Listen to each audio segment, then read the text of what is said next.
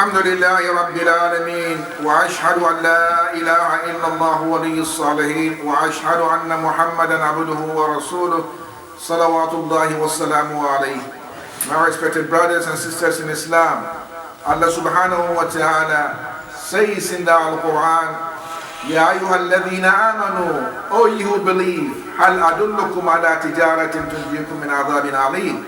Should I guide you to a means of trade or commerce, business with Allah subhanahu wa ta'ala that will relieve you from a stern punishment, a punishment that you cannot withstand? Then Allah subhanahu wa ta'ala directed us to this trade by saying that we have to believe in Allah subhanahu wa ta'ala. That is the capital, not to have money in order that you are going to do business. Each and every human being would like to have money, so we do trade, which is halal. Business, halal. We have shop, halal. We buy and sell, halal. And that is also good. But now Allah is calling us to a trade that is more important for each and every one of us. Those who trade and do business, Allah has given them this way. And there are those Allah didn't give them at all. But this business that Allah is referring to is a business that either the poor or the rich, the strong and the weak, the healthy and the sick, everyone can be able to do this business. And with that business, Allah subhanahu wa ta'ala says that the capital of this business is to believe in Allah. And our belief in Allah has to be complete with sincerity, that we are not going to join partners with Allah subhanahu wa ta'ala in any way. 100% we know that Allah subhanahu wa ta'ala is the who created the heavens and the earth. Thinking about yourself is by the will of Allah that you have come into this world. By His will you are surviving in this world, not because of the food and water. Look at the signs of Allah on you. You need the sun, you need the moon, you need the earth. You need so many things within nature to be able to survive. Beside the food that you eat, what you drink, and all comes from Allah subhanahu wa ta'ala. You have to give thanks to Allah in return. And this thanks is by observing the rituals that Allah subhanahu wa ta'ala has ordained unto the ummah of the Prophet Muhammad sallallahu alayhi wa sallam. So if Allah subhanahu wa ta'ala says that He is directing us to a business, and then He's saying that the capital of this business is to believe in Allah, then He went on to say, and then you strive for the cause of Allah. To strive, struggle. So that is known as jihad, to strive for the cause of Allah. And to strive here is by using your body, as Allah has mentioned in the Quran, from your head to your feet. What does that mean? That means every part of your body is to serve Allah. And to serve Allah is to strive for the cause of Allah. Your eyes, your tongue, your ears, your hands, your stomach, your feet, every part of your body is to strive and struggle for the cause of Allah. How do you do that? Individually, you are making this for yourself. The eyes, even looking at the Quran alone, opening the Quran and look at the words or letters of the Quran is barakah. Listening to the words of Allah is barakah. Listening to what Allah or pleases Allah is barakah. Saying things with your tongue that pleases Allah is barakah. Please come forward, the person is getting food. It's all barakah. That is why the Prophet Muhammad sallallahu alayhi wa sallam directed us to something that we may say that Allah subhanahu wa ta'ala is going to reward us greatly. That there are two words that are very simple, very easy for each and every human being to be able to pronounce them. These words, very easy on the tongue, more loving to the Rahman, to the merciful who is Allah, and then they weigh very heavy on the scale. They mention these words by saying Subhanallahi wa bihamdihi Subhanallahi al-Azim. Very easy, more loving to Allah, very heavy on the scale. So if Allah has directed us, then we have to do that for our own good. Allah doesn't need money from anybody. It's He who has enriched you is He who has given you, and make sure that you are living in this world, you are healthy day and night. What is making you live is only known to Allah subhanahu wa ta'ala. If He should cease in all these, you have no right to complain, and you are going to be destroyed. And if you are destroyed, you cannot blame Him, because He is the one who has created you. But He has given all these to you free of charge, and said, I want nothing from you except one, that you should observe the presence of Allah subhanahu wa ta'ala. Not by words, not by intellect, but rather by deeds and actions. So due to that, Allah subhanahu wa ta'ala has made us to understand that He is self-sufficient. Wallahu ghaniyun. Allah subhanahu wa ta'ala is self-sufficient. Antum al-fuqara ila Allah. You are in need of Allah. Everyone is in need. So if someone is in need, we say he is poor. He is in need. Be he a king, layman, the strong, the weak, the healthy, the sick. Each and every one of us are in need of Allah. In every second. So we are the ones that are in need, but Allah does not need from us anything. Due to that, He has made it easy, like I mentioned, that each and every human being can be able to trade. And that trade, He says, the capital of this trade, that is the money that you need. Like if you're going to do business, the capital here is to believe in Allah subhanahu wa ta'ala. And the belief in Allah is not only to realize the presence of Allah, but you have to believe that the one who created you is Allah. Nothing comes to you unless from Allah. All that you see and things that you don't see are all created by only one, and He is Allah. He has brought you into this world, and to Him you shall return. Then you have to believe in the presence or in the existence of the angels of Allah. They are not to be worshipped, but rather they are to serve Allah. They don't ask Allah why, but they do what Allah commands them to do. They are the angels of Allah. As the Prophet Muhammad sallallahu alaihi wasallam said that you were created from the sun. They mentioned that the angels were created from light. You have to believe in the existence of the angels.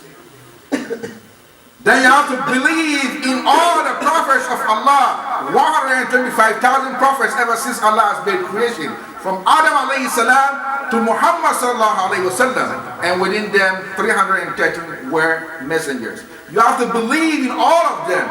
Not even one you have to disbelieve in.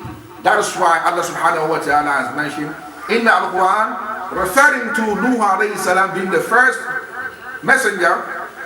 Allah says unto the Prophet Muhammad sallallahu alaihi wasallam, "Inna awhayna ilayka," we have revealed unto you, kama awhayna, that just as we have revealed unto Nuh, wa nabiyyina min ba'di, and the prophets after him. Allah has made us to understand that we have to believe in all prophets and messengers of Allah, not even to disbelieve in one of them. Not believing in one of them means that you have disbelieved in all, and the final of them is the Prophet Muhammad sallallahu alaihi wasallam. Within them, 313 messengers. And within these messengers, those of high merit are 5. Ibrahim alayhi salam, Nuh alayhi salam, Musa alayhi salam, Isa alayhi salam, and Muhammad sallallahu alayhi wasallam. And within all these 5, one of the highest of all, as Allah has mentioned in Al-Quran, Khatamul Anbiya, the seal of all prophets, that is the Prophet Muhammad sallallahu alayhi wasallam. So if we believe in the prophets and messengers of Allah, then we also have to believe in the hereafter. That we are going to die. We know that people die day and night. We're going to be buried. Whether you are buried in the earth or you are burned, no matter the situation, Allah subhanahu wa ta'ala will gather you. There was a time long before, as the Prophet Muhammad sallallahu alaihi wasallam mentioned, that those before you, someone who has worshipped Allah for a very long time, 40 years, and his children were observant when he was going to die. He gathered all his children and said, "Oh my kids, what type of father was I to you?" They said, "Oh father, you were a good father. You were a good father." Then he said, "Okay, I have a problem with my Lord." That means he's been sinning secretly. He has a sin that he couldn't repent from that sin. So he said, "So when I die, burn my body, throw some of the ashes in the land, some in the sea, and some in the jungle." Why? He said, because if Allah should get me, He will give me a punishment that He has never given any human being before. So when he died, the children did as he has commanded. Then Allah said, "Oh, the earth, the sea, and the jungle produced what you have swallowed." And the man stood before Allah subhanahu wa ta'ala. Then Allah asked him, "Why did you do that, O my servant?" He said, "Allah, because I was scared of you." Then Allah said unto the angels, "For being scared, the fear that he has in me, Allah, put him in Jannah." Sheikh Al-Bani rahimahullah said, this man has committed shirk and Allah put him in Jannah. What is the shirk? The shirk is that he didn't believe Allah will get him. And Allah says he has commanded and he has power over everything. But he has something hidden in his heart. And that which is hidden in his heart is known to the one who has created a heart, who is Allah. And Allah knew very well that this man was so scared of Allah subhanahu wa ta'ala. And he didn't have the knowledge that no one can bear him but Allah. So Allah is merciful. So no matter what type of situation you die, Allah is going to produce you. Every part of your body is going to feel the death, whether you are being burned or you are being buried. In the grave, if you have no grave, Allah will make a grave for you, because He is going to raise you. So we have to believe in the grave. There is another life in the grave. Allah will raise us on the day of judgment. We have to believe in all that contains within judgment, and that there are only two destinations: either you go to paradise or you go to hellfire. We have to believe in all. Then finally, we have to believe in predestination. Whether you are lucky or unlucky, all are in the hands of Allah. So if we are able to believe strongly in all that Allah has commanded us to, these 6 pillars, then we have the capital and ready to trade with Allah subhanahu wa ta'ala.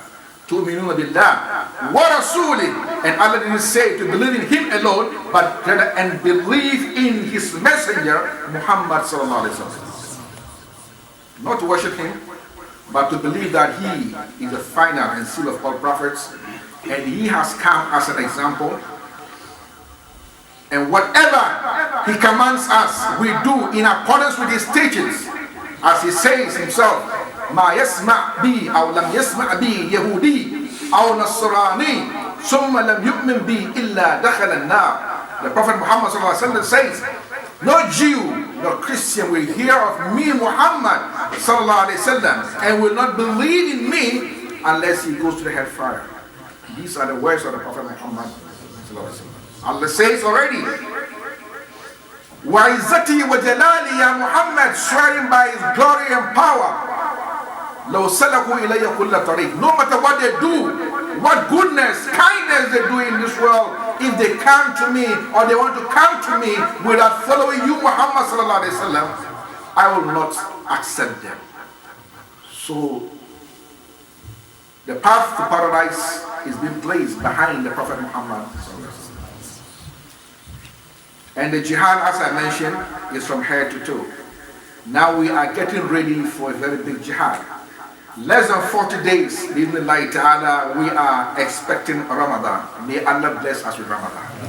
And in this country, it's a very big jihad. To abstain from food for long hours and water and lust is not easy. Without having good intention, you cannot be able to do it. That is why when the time comes, then we start to have about 100 mufti in every house. I think with Saudi Arabia, I think with Egypt, I think I can fast with Mauritius, and so on and so forth. Brother, we have to believe that we are in Finland. The weather in Finland is what Allah has created for us. When Ramadan comes, it is the will of Allah that we fast the day and then we eat at night. So we cannot do that unless with jihad. And the jihad is to strive for the sake of Allah subhanahu wa ta'ala. That is why the Prophet Muhammad sallallahu alaihi wasallam says that Allah will not accept your deeds unless you have a good intention. Allah says in the Quran, وَمَا أُمِرُوا إِلَّا لِيَعْبُدُوا اللَّهَ مُخْلِصِينَ لَهُ الدِّينَ, with a good intention and sincerity. Al-Ikhlas. They asked Isa alayhi salam, Jesus Christ, what is the good of deeds? And he said the best of deeds is that when you have 2 things to do, one belongs to Allah and one belongs to this dunya or yourself, first start with that which belongs to Allah. That is known as ikhlas. It's known as sincerity. If you're able to do that, then the Prophet Muhammad ﷺ is saying that you should have intention when you're going to do something between you and Allah. And gather so many intentions in one word, in one deed. Just like if you are coming to the mosque. Instead of saying that my intention is only to come and pray the Surah al-Jum'ah, I have so many intentions. If I come, I'll read some Quran. I'll listen to Hadith.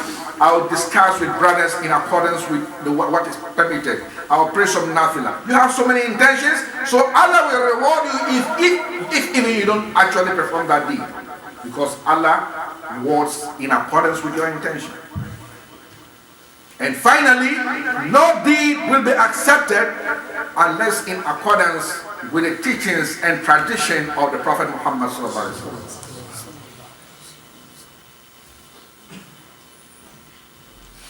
Long time, I say this before we close. After the death of the Prophet Muhammad sallallahu alaihi wasallam, there was one of the great companions known as Ibn Mas'ud radiallahu anhu, and there was one known as Abu Musa al-Ash'ari. These were people radiallahu anhu, these were people who saw the Prophet Muhammad sallallahu alaihi wasallam. So one of them was going to visit his brother, one was going to visit the other. I think it's Abu Ash'ari was going to visit Ibn Mas'ud, and when he arrived at his station, he went straight to his mosque. He didn't go to his house because he doesn't want to disturb him. He went to the mosque and he found people sitting in a circle, and they had stones or pebbles in front of them, and they were doing something that was strange. He has never seen that before, even though he was also a companion of the Prophet Muhammad sallallahu alaihi wasallam. So he didn't say anything. He went to report to Ibn Mas'ud, who is in charge of the mosque and who was the imam of these people who were doing such things. And Ibn Mas'ud said, "What is wrong with you?" Abu Musa al-Ash'ari said, "I saw something strange in your mosque. I don't know about it. If you can explain." He said, "What is that?" Then he explained. They said, "Okay, I'm coming." So he disguised himself and went to the mosque to see for himself what was going on. He saw these people listening in that nature. It was strange to him. So he asked them, "What are you doing?" They said, "We are making dhikr." Dhikr means we are making remembrance of Allah. Then using these stones in order to remind ourselves how many times we have done. Then he said, the Prophet Muhammad sallallahu alaihi wasallam died recently. The clothes he used to wear are still there. The bowls that he used to eat from are still there. How long has he died that you are changing his deed? They said, "Oh, we are only trying to get closer to Allah." Then he said, "How many are those who want to get closer to Allah and they never reach?" What was deen in the days of Muhammad sallallahu alaihi wasallam is still deen, and what was taught in the days of the Prophet Muhammad sallallahu alaihi wasallam is no deen. This very simple. But in order for us to understand that the Prophet Muhammad sallallahu alaihi wasallam has taught us a lot, like Ibn Mas'ud, like Abu Hurairah said, there is no bird that fly in the sky unless we be informed about that bird by the Prophet Muhammad sallallahu alaihi wasallam. No stone he has left unturned. He has taught us everything. One day he mentioned a hadith that the black dog is Satan. The Ibn Abbas radiallahu anhu, the cousin of the Prophet Muhammad sallallahu alaihi wasallam, most knowledgeable in the Quran more than any of the Sahaba. He said, "Abu Hurairah, what is the difference between black and red?"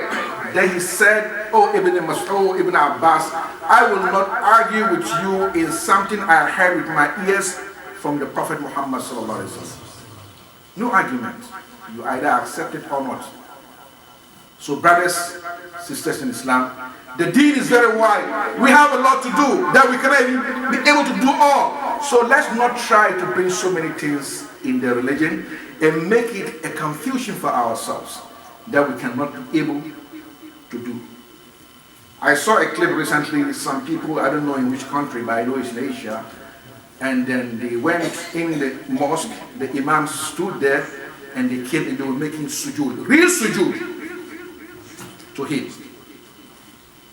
And of course, I said, well, things of this nature does happen. What does he think of himself, and what does he think between him and Allah subhanahu wa ta'ala? It's not only in Asia, it happens in Africa, it happens in so many places.